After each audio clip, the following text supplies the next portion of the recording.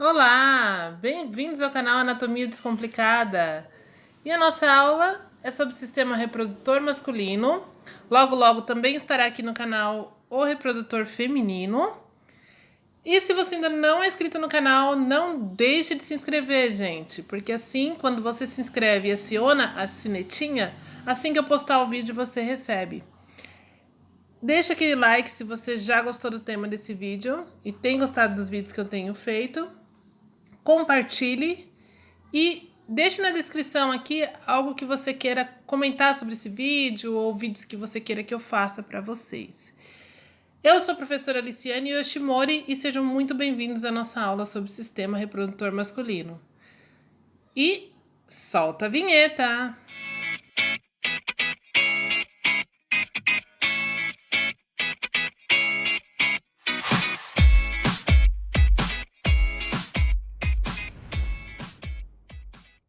Então, gente, para a gente iniciar esse sistema, nada melhor do que a gente conhecer os órgãos que formam o sistema reprodutor masculino. Bom, de fora, aqui na região externa, existe o escroto, aí o testículo, então tem dois, né, testículos, um de cada lado, os epidídimos, um para cada testículo, ducto deferente para cada testículo, e aí vem a uretra e o pênis, propriamente dito, que também fica aqui do lado de fora, do lado externo. E existem as glândulas anexas que auxiliam na produção do sêmen, do líquido seminal, que é a vesícula seminal, que tá logo aqui, ó, vesícula seminal ou glândula seminal, a próstata e a bulbo uretral, que fica nessa região aqui mais ou menos, tá? Que eu vou mostrar também logo nos próximos slides. E a glândula bulbo-uretral, ela também é conhecida como Cooper, ou glândula de Cooper, certo? Então, todos esses órgãos fazem parte do sistema reprodutor masculino. Vamos, então, esmiuçar cada um deles. Começando pelo escroto, que é a bolsa que fica do lado de fora e que acomoda o testículo.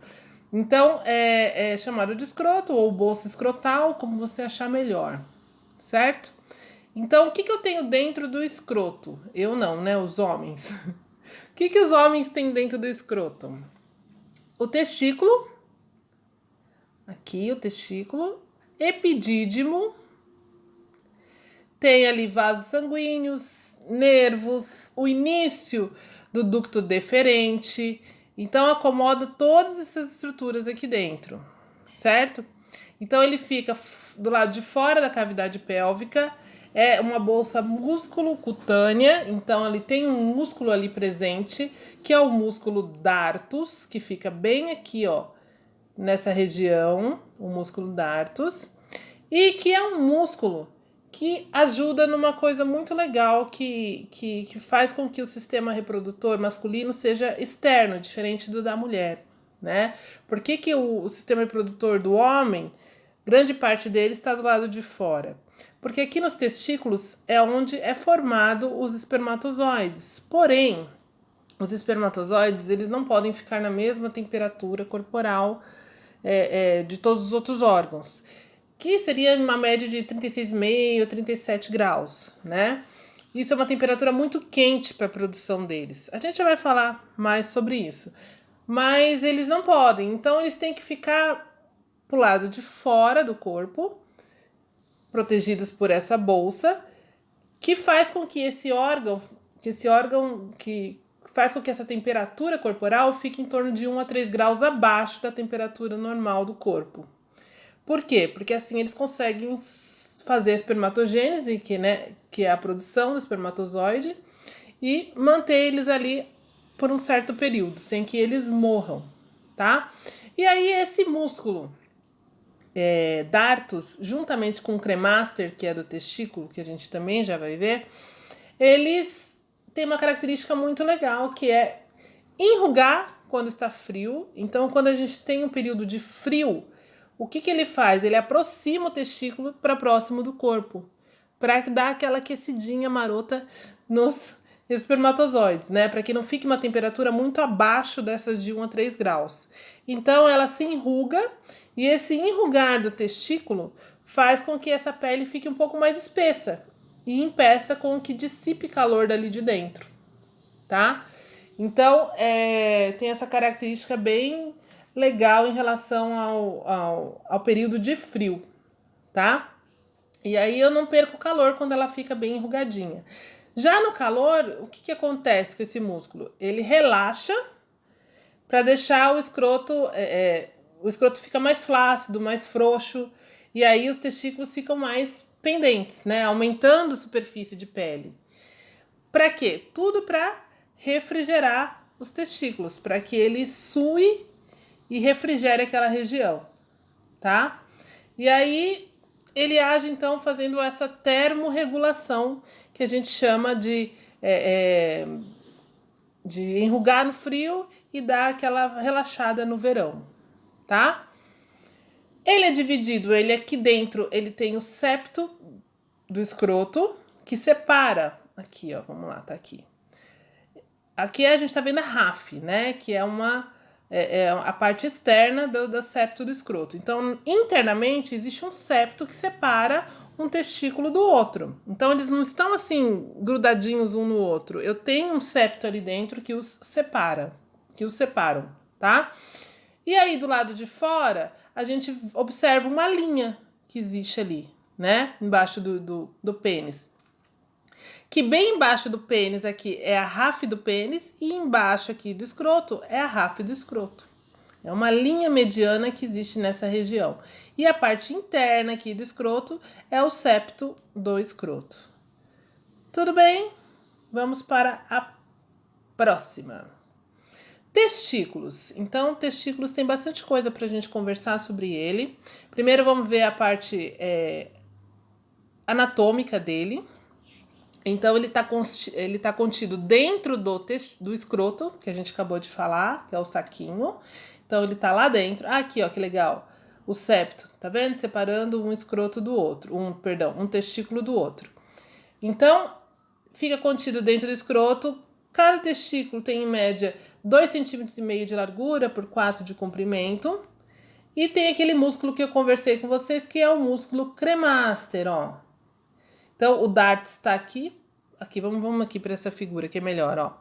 O cremaster envolve todo o testículo, né? E um pouco do funículo espermático. E também o músculo dartos, ó, que aí faz parte do escroto. Então, ambos fazem essa termorregulação. Ambos enrugam no verão e relaxam no inverno. Ou, ao contrário, enrugam no inverno e relaxam no verão, né? Não é nem verão e inverno, no calor e no frio, tá? Que mais que eu tenho aqui no testículo? Eu não, tá? Os homens, é que eu tenho mania de falar isso. Existem umas túnicas que são capas. No caso aqui, do lado de fora do testículo, se a gente observar aqui, ó, tem uma capa branca, serosa, é uma membrana serosa que eu tenho ali, chamada de túnica vaginal, tá? Então, túnica vaginal, aí tem a túnica albugínea, que fica mais pro lado de dentro aqui, envolvendo essa região interna dos testículos. E também tem em volta dos corpos cavernosos, que a gente já vai falar do pênis, tá? Então, essa túnica albugínea e túnica vaginal são como se fossem umas capinhas que envolvem essas regiões. E aí, dentro do testículo, tem esses túbulos ou ductos chamados de túbulos seminíferos contorcidos, ó. Túbulos, porque parecem uns tubinhos, contorcido, porque eles têm um contorcionismo aqui, né? Uma contorção. E seminíferos, porque produz o espermatozoide, é fábrica de espermatozoide essa região, certo? Então eu tenho células aqui chamadas de células espermatogênicas, que juntamente com as células de Sertoli produzem o espermatozoide, né? Então eu vou fabricar o espermatozoide aqui. Porém, o espermatozoide não está pronto ainda para ser lançado e seguir caminho rumo à fertilização. Ele ainda tem que amadurecer. Então aqui ele só é produzido. Ele ainda não está com um bom acabamento, vamos falar assim, né? Ele está imaturo e quase sem mobilidade. Então, quando eles saem daqui, eles vão passar pelo túbulo reto, ó. Então, túbulo seminífero contorcido, que a gente acabou de falar. Aí tem um pequenininho aqui, ó, túbulo reto. Daqui ele vem para essa rede do testículo. E para sair daqui, eles vão sair pelos ductos eferentes, que vai entrar aqui no epidídimo, que é a próxima região. E é onde o espermatozoide vai crescer, vai amadurecer, vai aprender a nadar até o óvulo, certo? Então, eu tenho aqui essas células de Sertoli junto com as espermatogênicas que produzem espermatozoides, porém não estão maduros ainda, tá? Eles vão sair daqui e vão ficar aqui ganhando uma certa maturidade para poder chegar até o óvulo. Aqui, nessas células que a gente tem em volta dos túbulos seminíferos, que são as células de Leydig, é onde a gente produz os hormônios masculinos, onde produz a testosterona, certo? Então, essa célula de Leydig produz a testosterona, que dá toda a característica sexual masculina para o homem, né? Uma voz mais grossa, os pelos, enfim, toda a característica masculina. Bora lá, então tudo bem? Quanto ao testículo, então eu coloquei aqui um testículo real para vocês verem como ele é, né? Aí logo aqui em cima o epidídimo, que é o próximo assunto nosso, e o ducto seminífero está dentro aqui do funículo espermático. Quanto ao epidídimo, então é essa região que está bem aqui acima do testículo, tem uma de cada lado, né? Tenho uma de cada lado, que eu digo assim, uma em cada testículo. E é dividido anatomicamente em cabeça, corpo e cauda. Então, essa parte mais enrugadinha aqui de cima é a cabeça, depois vem o corpo e a cauda, que já vai sair para o ducto deferente, tá? E aqui a gente esmiuçou bem, para vocês verem como é que é. Então, um testículo visto externamente, e aí vamos tirando, né? Dentro aqui do epidídimo eu tenho essa estrutura toda aqui. E se a gente tirar ainda a capa do testículo, a gente visualiza só a região mesmo dos túbulos, tá? Então, é onde o espermatozoide ele vai amadurecer e vai adquirir aquela capacidade para nadar até fertilizar o óvulo, certo? Então, ele ganha uma maturidade maior aqui nessa região. E a hora que ele tem que sair daqui, eu tenho músculos lisos na parede aqui do epidídimo que contrai e expele o espermatozoide, certo? Então ele vai ser produzido aqui. Esse período todo de sair daqui, chegar até aqui e ganhar essa maturidade leva em torno de 20 dias, tá? Lembrando que por dia são formados mais de 400 milhões de espermatozoides num homem adulto, tá? Quanto ao testículo, gente, que eu acabei esquecendo de falar, na criança, quando está sendo formado na mãe ainda, o que acontece? Ele tá na cavidade abdominal. Então, quando ele é bebezinho ainda, que ele está sendo formado, os testículos ficam na cavidade abdominal. E conforme vai se desenvolvendo, ele vai descendo, né, para a cavidade pélvica, para essa parte de fora, tá? E em torno dos 6 meses de vida, a criança tem que ter descido todo esse testículo para a região do escroto.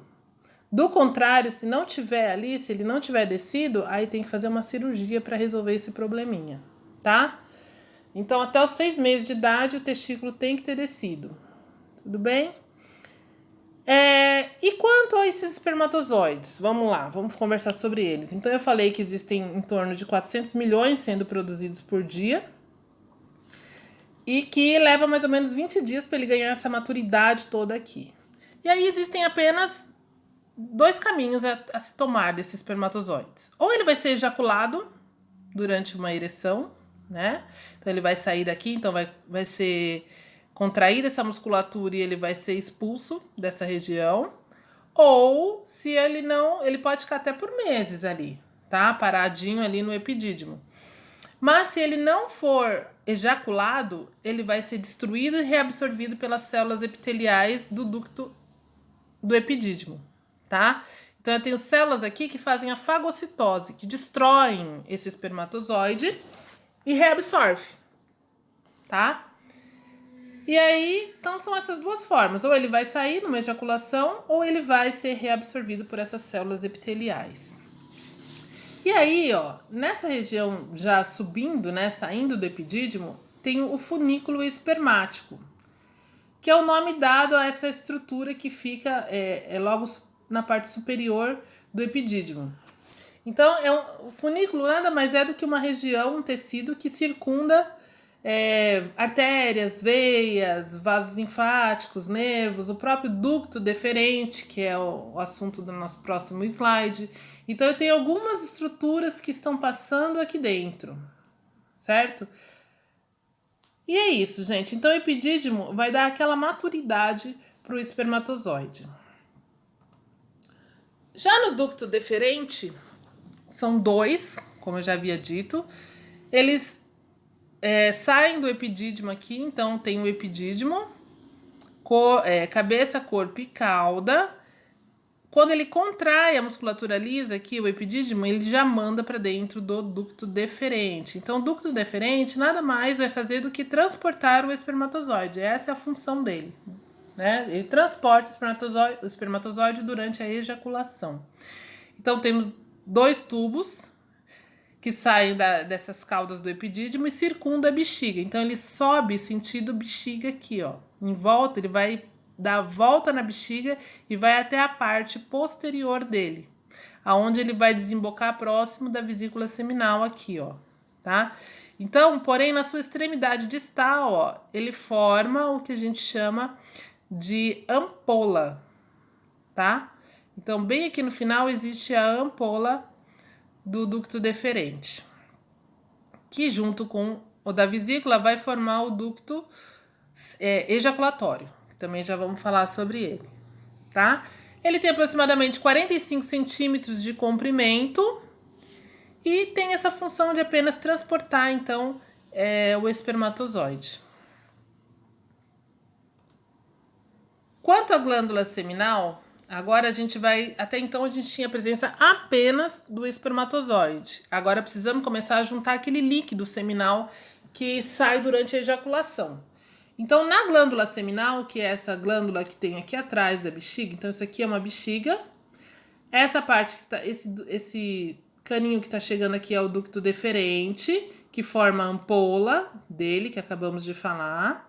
E eu tenho logo aqui próximo a glândula seminal, ou vesícula seminal, certo? Então, aqui a gente está vendo eles de forma aberta, tá? Então, aqui a gente tem uma visão diferente delas. Vamos trazer para essa figura do lado, para vocês terem uma noção de onde eles estão. Então, aqui, a vesícula é localizada na parte posterior da bexiga. Ela é oca e tem aproximadamente a forma e tamanho de um dedo. Então, é assim, se você observar, ela tá meio enrugadinha, né? Então, enquanto ela tá enrugadinha, ela tem em torno de 5 a 7 centímetros de comprimento. Porém, quando a gente desenrola ela pode chegar até aproximadamente 15 centímetros de comprimento, tá? Bom, então vamos lá.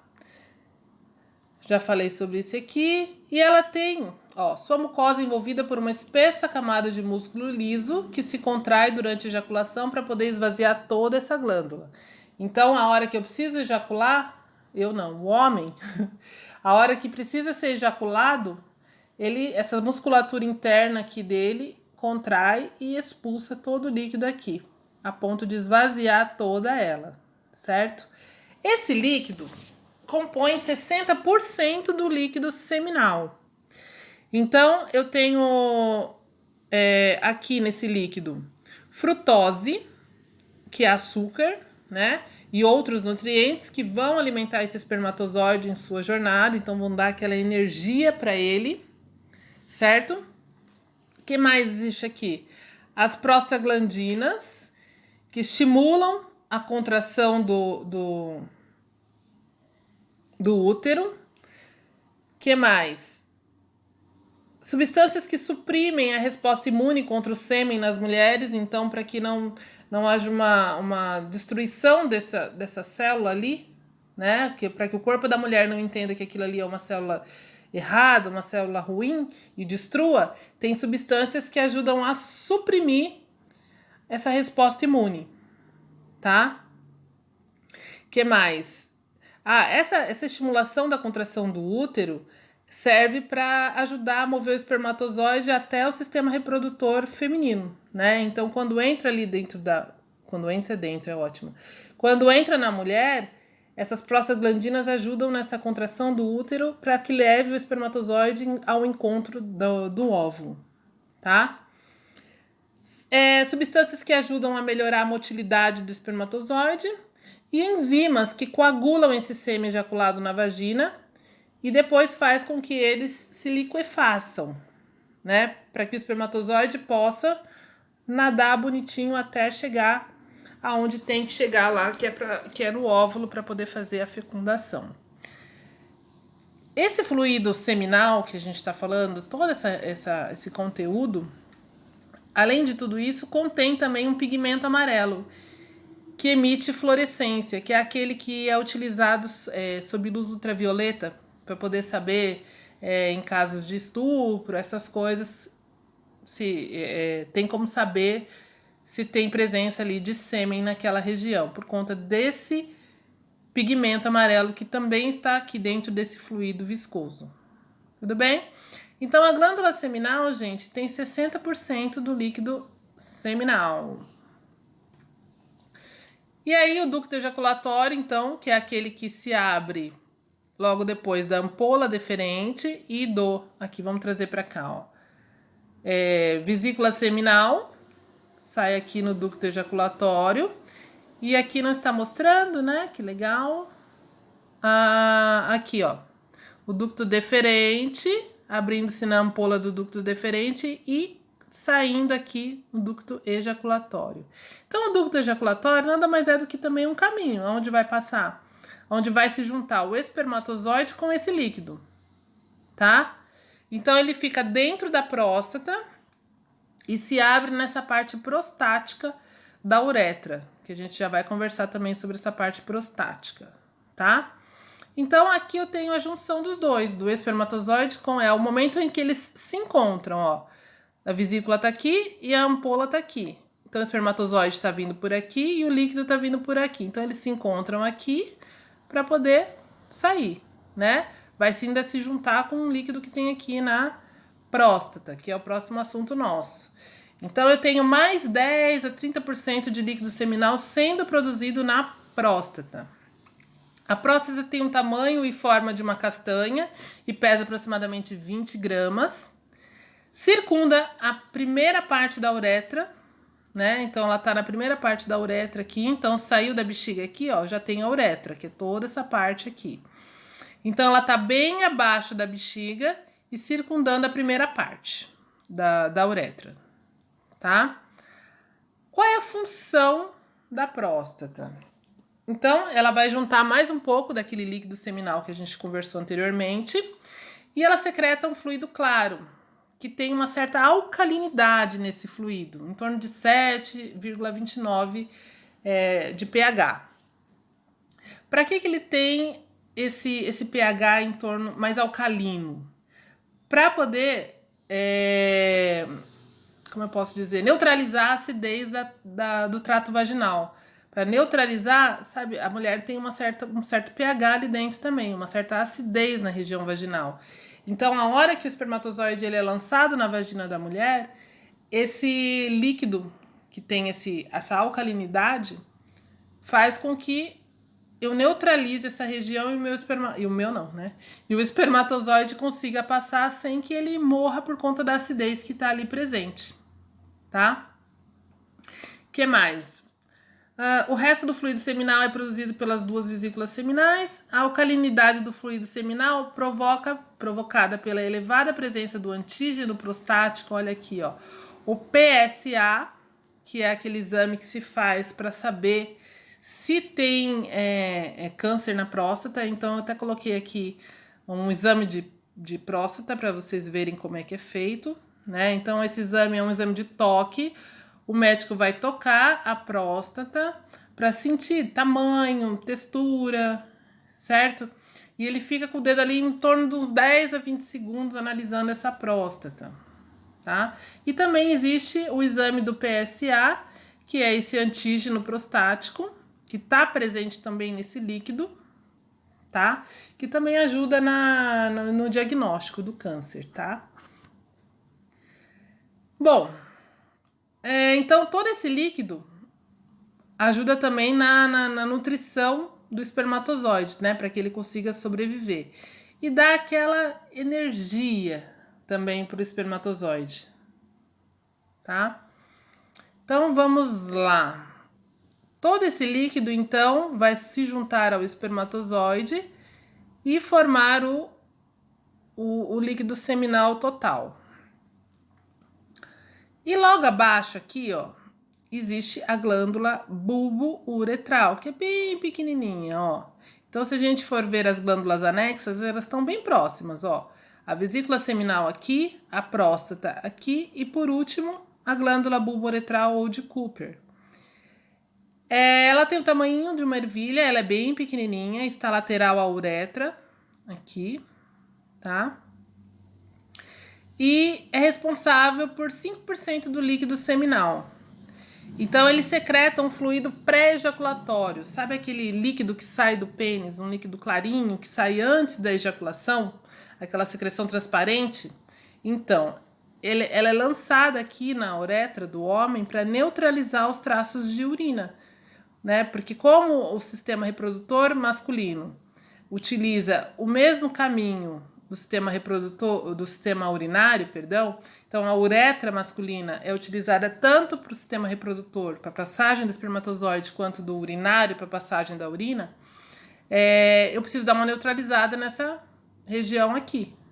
Quem faz essa neutralização, se é que existe essa palavra, é essa glândula bulbo-uretral. Então, ela lança um líquido aqui, esse líquido transparente neutraliza a passagem e também lubrifica o pênis para o ato sexual. Então, esse líquido que sai daqui faz com que o pênis fique lubrificado para a penetração. Aí aqui tem uma figura que eu trouxe um pouquinho maior para vocês verem onde ela tá aqui, tá? Mas aqui também tá bem legal essa figura. Então tá bem nessa região, parece uma ervilhinha mesmo de cada lado da uretra. Bom, a uretra. Então, a uretra masculina é muito diferente da feminina. Então, ela tem em torno de uns 20 centímetros de comprimento, enquanto da mulher tem em torno de 3 a 4 centímetros. Então, é bem diferente, né? O comprimento de ambos. Como já falei, participa do sistema reprodutor e do urinário. E anatomicamente, ele é dividido em 3 partes. Ó. Eu tenho essa primeira porção aqui que está bem dentro da próstata, que é chamada de parte prostática da uretra. Tem descendo um pouquinho aqui essa parte verdinha, a parte intermédia da uretra, que fica bem no diafragma urogenital aqui. E tem toda essa porção aqui que vai para a região do pênis, né? Pega toda a região do pênis, que é a parte esponjosa da uretra, que a gente já vai falar o que é essa região esponjosa. Tudo bem? Aí eu coloquei aqui de novo mais uma figura para vocês verem direitinho. E dentro da uretra também existem glândulas uretrais que secretam muco, que ajudam nessa lubrificação da uretra também antes da ejaculação, tá? Então aqui eu também tenho glândulazinhas que ajudam na lubrificação. E para acabarmos, vamos falar do pênis, que é essa parte que fica do lado de fora da cavidade pélvica, porém existe uma parte interna. Então, tem a raiz do pênis que fica na parte interna aqui, ó, fixado ali no osso, na sínfise púbica, tá? No osso pubis, perdão. Então, chama-se raiz do pênis. E toda essa parte pendente aqui do lado de fora é chamado de corpo do pênis. É a continuação livre do pênis, tá? Então, a raiz do pênis forma 2 ramos aqui, quer ver, ó, esses ramos. Então, lá da frente formam 2 ramos, que esses 2 ramos originam os corpos cavernosos, 1 e 2 corpos cavernosos, e tem logo abaixo aqui o bulbo do pênis, que origina o corpo esponjoso. Então, o homem tem 2 corpos cavernosos e 1 corpo esponjoso, certo? Para que serve, gente, esses corpos cavernosos e o corpo esponjoso? Muitas pessoas me perguntam, professora, o pênis tem músculo? O pênis tem osso? Não, não tem. O que faz com que o pênis fique ereto é os vasos sanguíneos que eu tenho dentro do corpo cavernoso e em menor grau dentro do corpo esponjoso, tá? Então, se a gente observar, parece uma carinha, né? Então, o que aconteceu aqui, ó? Houve um corte do pênis pra gente enxergar como ele é por dentro. Então, por dentro, ele parece 2 olhos e uma boquinha aqui, né? O que eu tenho? O que tem aqui? Tem os corpos cavernosos, que são aqueles que ficam engurgitados, né? Cheios de sangue durante o ato sexual, durante o processo de ereção. Essa região tem um aumento de pressão sanguínea muito grande e que faz com que o pênis fique ereto. Então é só a gente pensar, gente. Tem pênis que fica ereto 1 hora seguida. Que músculo é esse que ficaria contraído durante 1 hora? Né? Não existe, não tem como. Então não é músculo. É apenas vasos sanguíneos que faz com que o pênis fique ereto. Então aqui tá mostrando o pênis flácido, como ele fica, ó. E aqui o pênis quando tá ereto. Olha como já encheu de sangue essa região aqui. Cessou esse fluxo sanguíneo ali, o pênis fica flácido de novo, tá? Então, esses 2 de cima são os corpos cavernosos e esse aqui do meio, o corpo esponjoso, que dentro dele passa a uretra. Então, o corpo esponjoso, ó, vamos aqui, a gente separou os 2. Então, tem os corpos cavernosos, que estão aqui, e no meio deles ali, ó, passa o corpo esponjoso, que na sua extremidade distal tem a glande, que é a cabeça do pênis. Certo? Então, a cabeça do pênis nada mais é do que a parte distal do corpo esponjoso. E aí, continuando, então deu para entender como é que funciona essa questão do enchimento, né, do sangue, do pênis, da ereção do pênis. Na glande, ela é recoberta pelo prepúcio, que é uma pele que fica sobre essa região, sobre todo o corpo do pênis. Então vamos para a anatomia dele aqui. O que o pênis tem ali? A cabeça do pênis, que é essa parte mais externa, que é a continuação do corpo esponjoso. Se você observar, ela é maciazinha, né? Tem o ósseo externo da uretra, que é o buraquinho no pênis ali, que a gente consegue visualizar, que é um buraquinho pequenininho, que é a saída da uretra. Aí tem logo aqui a coroa da glande e o colo da glande. Então, ó, tem uma depressão aqui, logo depois da coroa, chamada de colo. Nessa região existem glândulas prepuciais que produzem um líquido, produzem o esmegma. Esse esmegma ajuda na lubrificação da glande, para que a glande fique lubrificada. Porém, exige uma certa limpeza, né? Precisa ficar limpinho para não formar aquela ricota. Vamos falar ricota. Aquela melequinha branca ali que tem um odor horrível, né? Então precisa ser limpo isso. Assim como o homem tem, a mulher também tem, só que não chama esmegma na mulher, depois a gente vai conversar. Então é uma região que precisa estar sendo sempre limpinha, certo, homens? Então, logo abaixo do pênis aqui existe o frênulo do prepúcio. Então é um ligamento que freia esse prepúcio, né, para que ele não vá de uma vez. Alguns têm esse frênulo um pouco mais curto, que acaba sangrando durante a relação sexual, né? Que é... Esqueci agora o nome da patologia. Ai, meu Deus. Me fugiu, gente. Me perdoem. Então, eu tenho essa pele que recobre todo o pênis, que é o prepúcio. Então, tem homens que essa pele não libera a cabeça do pênis, né? E aí precisa fazer uma cirurgia para retirada, que é a circundução, né? E aí retiro e faço e deixo a cabeça do pênis circuncidar, né? Quem faz a Ixi, eu já tô ruim. Quem faz a... Bom, quem circuncida... Ih, meu Deus. Bom, quem faz a circuncisão, opa, acertei.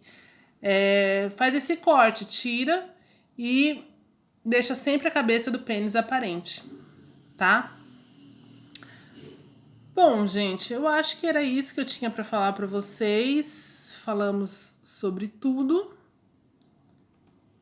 Aqui eu fiz um caminho, né, desde o começo, então o espermatozoide sendo produzido no testículo, passa pelo epidídimo para poder ganhar uma maturidade, vai sair pelo ducto deferente, ganhar líquidos aqui na glândula seminal, próstata, bulbo uretral, e aí sai sem rumo, né, ao encontro do óvulo na mulher. E aqui uma foto real de como é o sistema reprodutor masculino, tá? Então, testículos, epidídimo, ducto deferente, aí as glândulas seminais, a próstata, a bulbo uretral, corpo esponjoso e os corpos cavernosos. E é isso, pessoal. Se você gostou dessa aula, não deixe de se inscrever no canal se você não é inscrito. Deixa aquele like se você gostou muito dessa aula. Compartilhe, gente. Tem como compartilhar direto aqui do YouTube no Facebook para outras pessoas também terem acesso a essa aula. E muito obrigada. Até a próxima aula. E desculpa não ter lembrado o nome, que até agora eu não consegui lembrar. Um grande beijo e até a próxima aula. Tchau!